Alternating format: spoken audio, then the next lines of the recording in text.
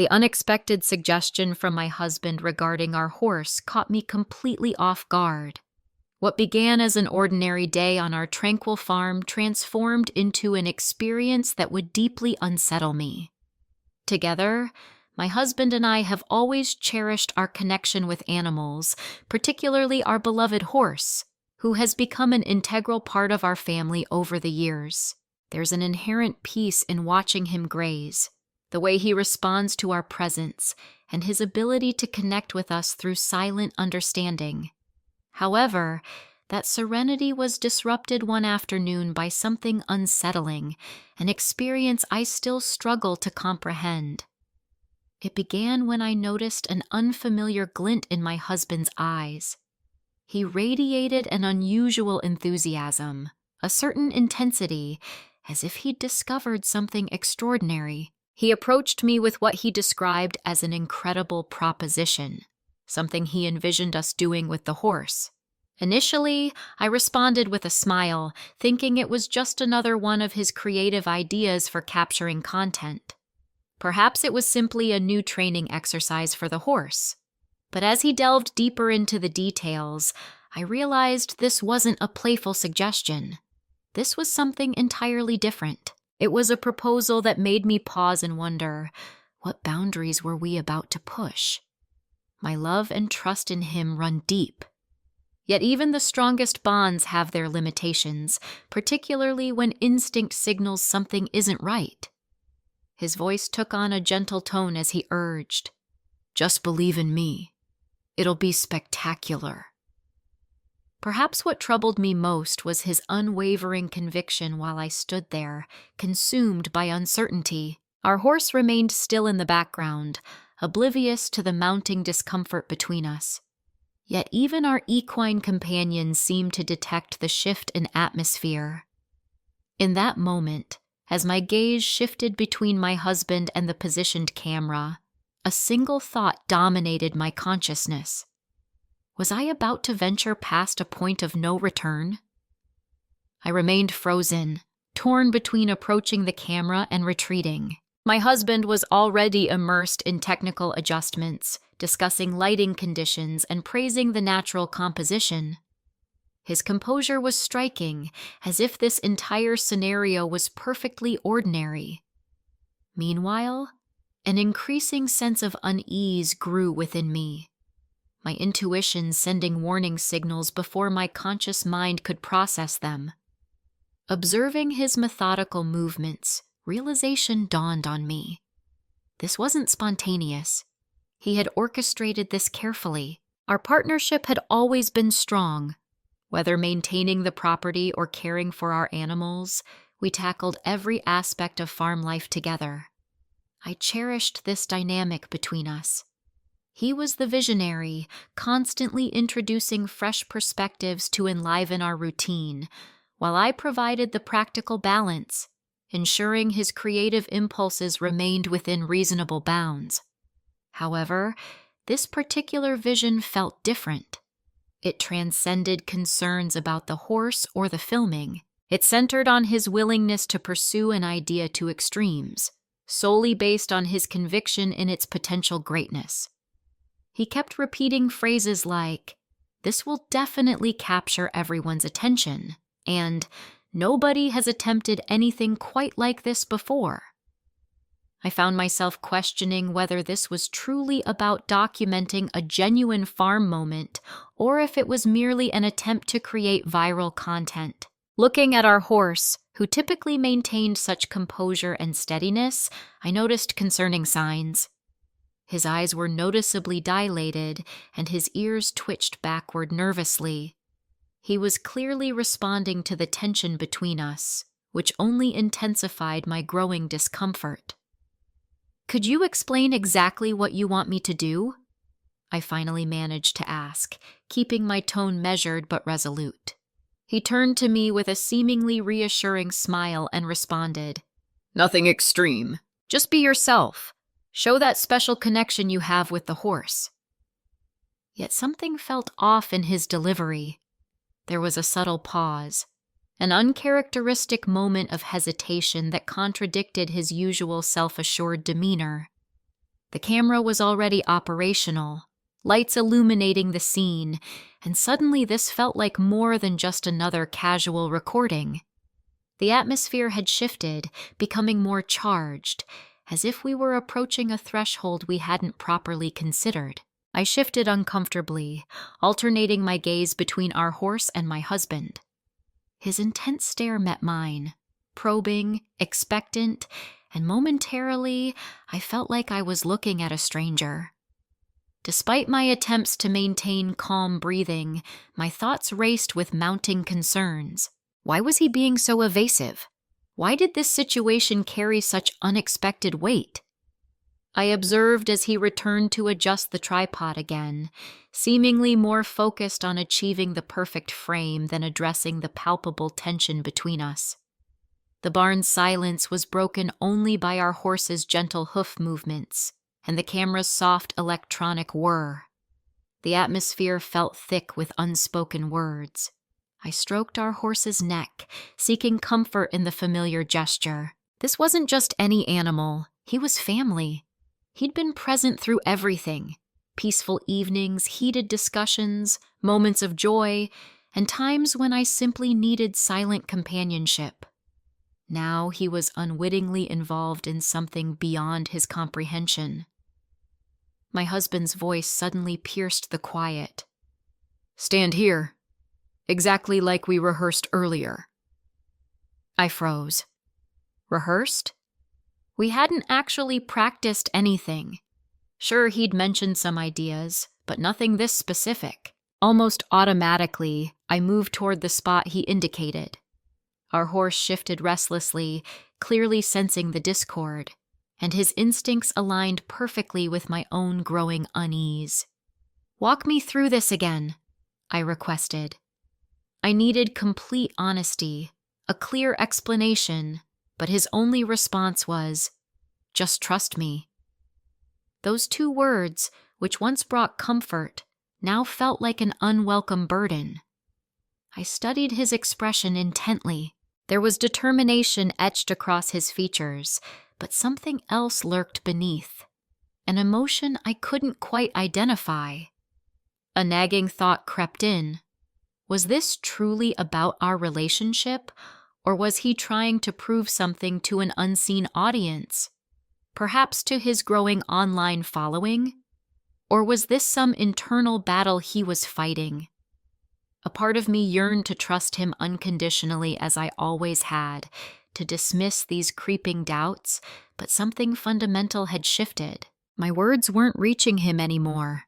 He seemed consumed by creating something that felt increasingly performative rather than intimate, and our horse, still fidgeting anxiously beside me, seemed to mirror the turmoil churning inside me.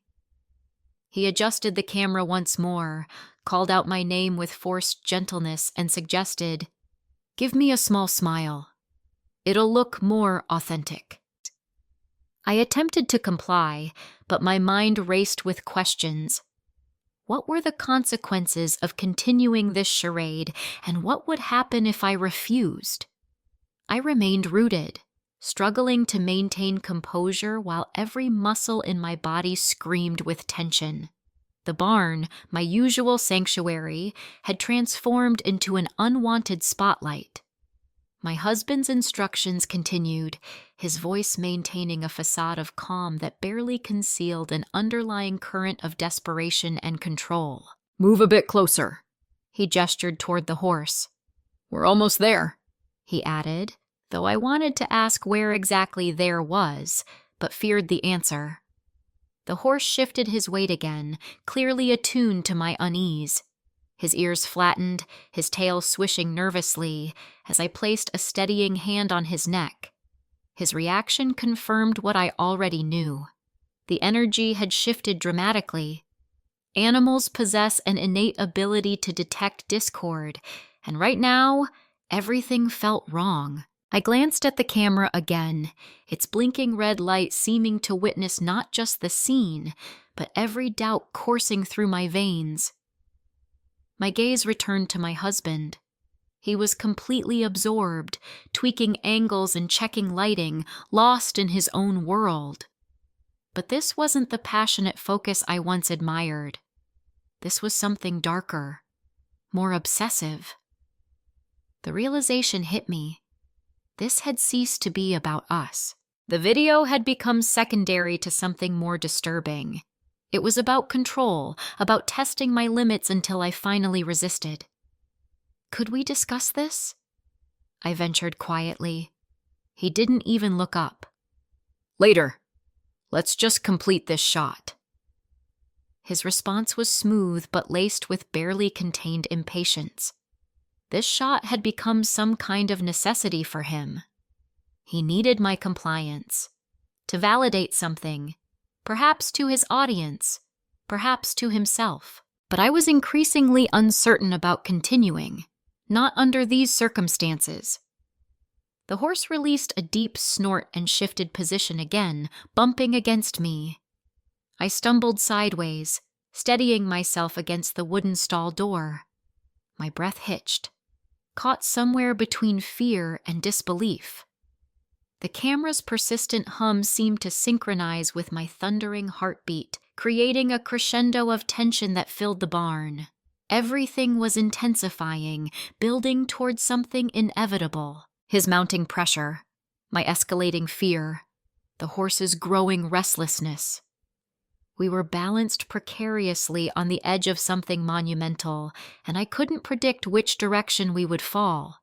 But one thing was certain. Something was about to break, and once it did, there would be no returning to what we once were. Just as I attempted to center myself, desperately trying to steady my nerves, a sound pierced through my consciousness, causing everything within me to still. A subtle click. It emanated from behind the camera, barely perceptible but unmistakable. I recognized that sound instantly. It wasn't just recording anymore. He had activated the live stream. My stomach plummeted. Initial shock gave way to horrified understanding. No forewarning, no opportunity to prepare, no chance to decline. He had initiated a live broadcast without my consent. In an instant, everything transformed. This wasn't just footage we could erase or modify later. This was happening now, in real time, with an unknown audience watching. The camera's blinking light had shifted its meaning entirely. It wasn't merely recording now, it was broadcasting. "Wait!" I called out, my voice cutting through the barn's heavy air. "Are we live?"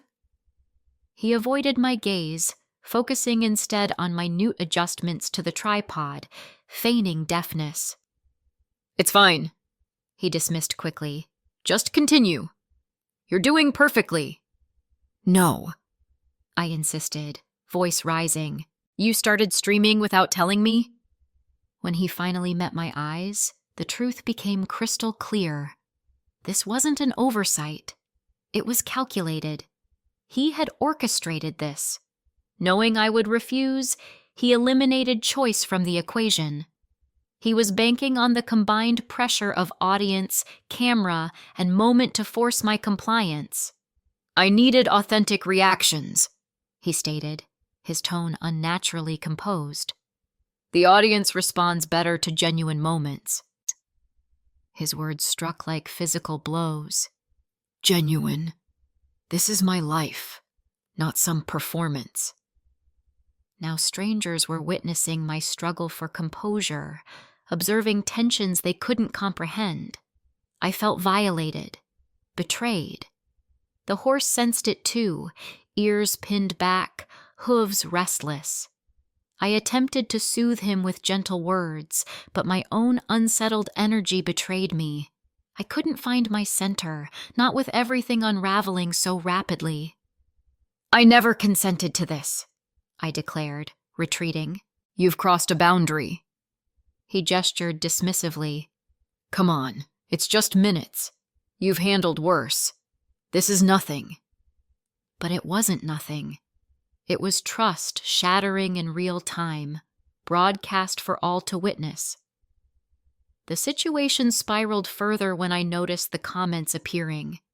Real-time reactions cascaded across the screen, a digital waterfall of strangers' thoughts. From my position, the words were blurred, but their essence was clear. Confusion rippled through some comments, while others carried an undertone of entertainment. But what chilled me were the concerned voices, too numerous to ignore. The viewers could feel the underlying tension. This wasn't the heartwarming content they'd expected. They were witnessing raw discomfort, unscripted reality. And then came the worst development. My phone vibrated insistently against my hip. A barrage of notifications flooded in, each buzz like a small accusation. Loved ones reaching out with worried messages, everyone demanding explanations, questioning my well-being, wondering if this was planned. The realization hit me like a physical force, panic surging through my veins. His attempts at reassurance fell flat now. The audience continued to grow, each new viewer adding to the crushing weight of exposure. This had evolved beyond our private conflict. It was now about countless invisible watchers, their judgments forming in real time, about the boundary he'd brazenly crossed, assuming I'd remain compliant. But he'd miscalculated. I wouldn't be a passive participant, submissive, just to create compelling content, not any longer. Time seemed to slow as I stood there, processing everything. The live stream continued its relentless broadcast. Comments kept flooding the screen while my husband maintained his facade of control. But internally, something fundamental had shifted. I strode purposefully toward the camera, disregarding appearances. With one decisive motion, I terminated the stream. The screen darkened instantly. The broadcast ended. Deafening quiet descended. His expression registered shock. "What are you doing?" he demanded, incredulous at my intervention. "No," I responded, voice steady despite my trembling core. "What are you doing? You made this decision unilaterally. You transformed our reality into entertainment. Reduced me to a character in your content." He remained momentarily speechless. Then his pretense crumbled. "I expected cooperation," he admitted casually. "Viewers appreciate genuine emotion. You were providing that." "It was authentic because it was private," I retorted. "This wasn't some light-hearted anecdote about our horse." "You broadcasted my vulnerable moments without permission." He began to respond, then faltered. Whether understanding dawned or not remained unclear. I didn't linger to find out. I moved past him toward Max, our agitated horse, who'd been restlessly moving about. Stroking his neck, I murmured soothing words, finding solace in the presence of the only being who hadn't attempted to transform my genuine emotions into public spectacle. And that's when the final revelation struck. As I reached to unfasten Max's halter, allowing him freedom in the pasture, my fingers brushed against something unexpected in his saddlebag, an object I hadn't placed there myself. A delicate envelope lay hidden. With trembling fingers, I carefully opened it. Inside, I discovered a note penned in my husband's distinctive handwriting. The message was succinct, yet devastating. "I know you discovered the correspondence. I couldn't risk it becoming public knowledge. This live stream was meant as a diversion." My hands shook uncontrollably. Correspondence? What secrets lay buried? This extended beyond the horse and the broadcast. Something more sinister lurked beneath. And now, I stood at the threshold of a darker truth. The note felt heavy in my quivering hands as my thoughts spiraled. My pulse raced frantically as I struggled to comprehend the words before me. What correspondence? What was he desperately concealing? I pivoted to face my husband, who stood motionless, his expression a complex blend of remorse and uncertainty. "What is this about?" I managed, my voice tremulous. The weight of impending truth pressed against my chest. He exhaled deeply, averting his gaze momentarily before meeting mine. "It's not as it appears," he murmured. "I was attempting to shield you. This wasn't how I wanted you to learn." Yet he faltered, searching for appropriate words. "I've concealed something significant, something that could destroy everything." The revelation struck me with unprecedented force. He had maintained this deception throughout, but it transcended the live stream.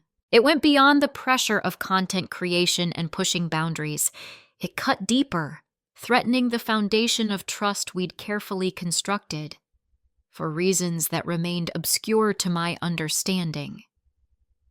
He advanced cautiously, his expression beseeching. "I believed focusing you on the video and Max would keep you distracted. I was mistaken. Forgive me."